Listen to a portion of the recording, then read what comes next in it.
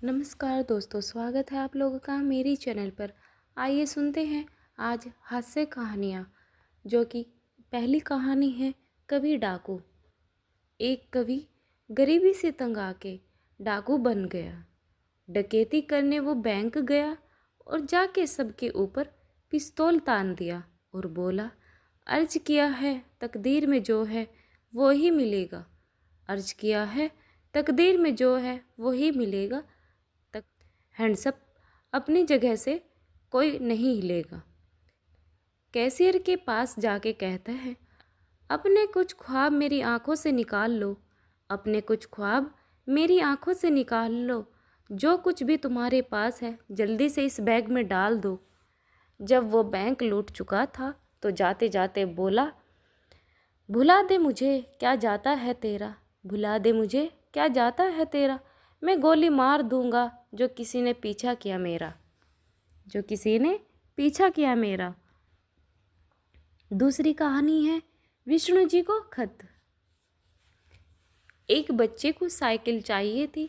उसके माँ बाप ने मना कर दिया तो वो उदास हो गया। फिर उसके दिमाग में एक ख्याल आया कि क्यों ना भी वो भगवान जी से साइकिल के पैसे मांग ले। उसने एक लेटर लिखा और डाक खाने के डब्बे में डाल दिया। क्षीर सागर वेंकुटम धाम, विष्णु जी मेरा प्रणाम। यूँ तो आपको दिया सब कुछ है, बस एक साइकिल की कमी है। अगर आप 5,000 रुपये भिजवा दे तो वक्त पर बड़ी कृपया होगी। आपका बंटी। जब डाक विभाग वालों को ये पत्र मिला तो उनको बहुत दुख हुआ। सबने चंदा इकट्ठा किया और 4,000 रुपये जमा कर उस लड़के को मनी ऑर्डर भिजवा दिया। मनी ऑर्डर पाकर लड़का बहुत खुश हुआ।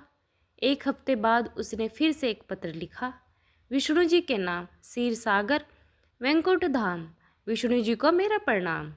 भगवान, आपके भेजे हुए पैसे मिल गए, बहुत बहुत धन्यवाद। वैसे आपने तो पूरे 5,000 रुपये भेजे होंगे, पर बेड़ा गर्क हो इन डाक विभाग वालों का। सालों ने 1,000 रुपये डकार लिए। आपका बंटी। कहानी थर्ड, हमारे पंजाब में। सरदार जी पहली बार अपने लड़के स्कूटर पर घुमाने निकले। रास्ते में अंगूर दिखा। मोटी चिल्लाई, पापा पापा अंगूर खाना है। सरदार जी, ओहो, हमारे पंजाब में तो बड़े बड़े अंगूर मिलते हैं, ये तो अंगूरी है अंगूरी। और आगे बढ़ गई। रास्ते में सेब दिखा। मोटी चिल्लाया, पापा पापा सेब खाना है। सरदार जी, ओहो, हमारे पंजाब में तो बड़े बड़े सेब मिलते हैं, ये तो सेबी है सेबी। और आगे बढ़ गई। रास्ते में केला दिखा। मोटी चिल्लाया, पापा पापा केला केला केला खाना है। सरदार जी, ओहो, हमारे पंजाब में तो बड़े बड़े केले मिलते हैं, ये तो केली है केली। और आगे बढ़ गए। रास्ते में समोसा दिखा। मोटी चिल्लाया, पापा पापा समोसा खाना है। सरदार जी, ओहो, हमारे पंजाब में तो बड़े बड़े समोसा मिलते हैं, ये तो समोसी है समोसी। करते करते वो मोटी को लेकर वापस आ गई और कुछ भी नहीं लिया। मोटी को गुस्सा 7वें आसमान पर था। माँ ने पूछा, पापा के साथ घूमने में मज़ा आया। मोटी ने कहा, ओह, हमारे पंजाब में तो बड़े बड़े पापा मिलते हैं, ये तो पापी है पापी। कहानी 4, स्वर्ग का द्वार। स्वर्ग के द्वार पर बहुत भीड़ इकट्ठा हो गई थी। चित्रगुप्त बुलाया गया। चित्रगुप्त ने कहा कि हमारे पास 3 लग्जरी सोसाइटी बचे हैं। जिसके मरने की कहानी सबसे रोचक होगी वही अंदर जाएगा। पहला आदमी आया। वो मोटा सा, अधेड़ उम्र का था और सूट बूट पहने हुए था। चित्रगुप्त ने पूछा, तुम कैसे मरे? पहला आदमी, मैं एक बिजनेसमैन हूँ। मैंने पिछले साल एक खूबसूरत और जवान लड़की से शादी की। मैं दिन रात मेहनत करके पैसा कमाता हूँ। मुझे शक था कि मेरी पत्नी का अपने बॉयफ्रेंड के साथ चक्कर है। मेरा अपार्टमेंट 10 मंजिले का है और मैं 5वीं मंजिल पर रहता हूँ। आज सुबह मैंने एक आदमी को मेरे घर में आते देखा लिया। मैंने एक्स्ट्रा चाबी से घर में घुसा और बेडरूम में गया। अपनी पत्नी की स्थिति देखकर मेरा शक यकीन में बदल गया। बस मैं उस आदमी को मारने के लिए ढूंढने लगा। मैंने पूरा घन छान मारा पर वो आदमी नहीं मिला। तभी मैंने देखा कि वो अंडरवियर में मेरे बालकनी की रेलिंग से लटका हुआ है। मैं दौड़ा कि उसका हाथ छुड़ाने लगा ताकि वो नीचे गिर जाए और मर जाए, लेकिन वो कमीना बड़ा सख्त जान निकला। वो हाथ छोड़ने का नाम ही नहीं ले रहा था।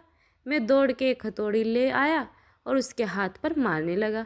इस बार उसका हाथ छूट गया और वो 5 मंजिल पर नीचे गिर पड़ा। 5 मंजिल से वो नीचे गिरा, लेकिन मैंने देखा कि वो लोन पर गिरने की वजह से मरा नहीं। मैं दौड़ के घर का फ्रिज उठा लाया और उसके ऊपर फेंक दिया।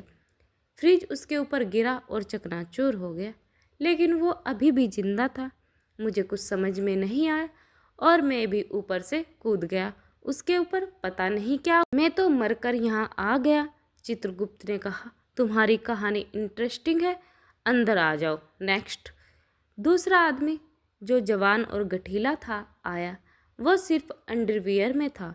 चित्रगुप्त ने पूछा, तुम कैसे मरे? दूसरा आदमी, मैं एक स्पोर्टमैन हूँ।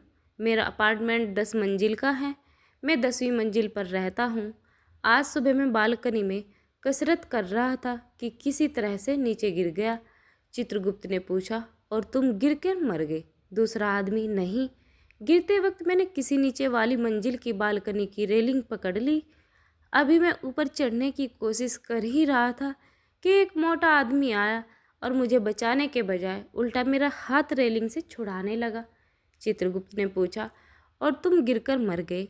दूसरा आदमी, नहीं, मैंने कैसे भी करके अपना पकड़ बनाए रखा। तभी वो कहीं से हथौड़ी ले आया और मेरे हाथ पर ताबड़तोड़ हमला करने लगा। चित्रगुप्त ने पूछा, और तुम गिरकर मर गए? दूसरा आदमी, नहीं, मैं नीचे लॉन पर गिरा, कुछ हड्डियाँ टूटी पर मरा नहीं। तभी वो पागल आदमी कहीं से फ्रिज उठा लगा और बालकनी में मेरे ऊपर फेंक दिया। चित्रगुप्त ने पूछा, और तुम दबकर मर गए? दूसरा आदमी, नहीं, मैं फिर भी जिंदा था। तब तक मोटे आदमी को क्या सूझा और वो खुद ही मेरे ऊपर कूद गया। चित्रगुप्त ने कहा, और तुम मर गए? दूसरा आदमी, हाँ, लेकिन वो मोटा भी नहीं बचा होगा। चित्रगुप्त ने कहा, तुम्हारी कहानी इंटरेस्टिंग है, अंदर जाओ और बड़ा मज़ा आएगा। नेक्स्ट। तीसरा आदमी जो जवान पर हल्का फुल्का था वही खड़ा था और सबकी बातें बड़े ध्यान से सुन रहा था। आगे बढ़ा। चित्रगुप्त ने पूछा, और तुम मर गए? तीसरा आदमी नीचे निगाहें किए हुए, वो बात ये है ना, मैं वो फ्रिज के अंदर छुपा हुआ था।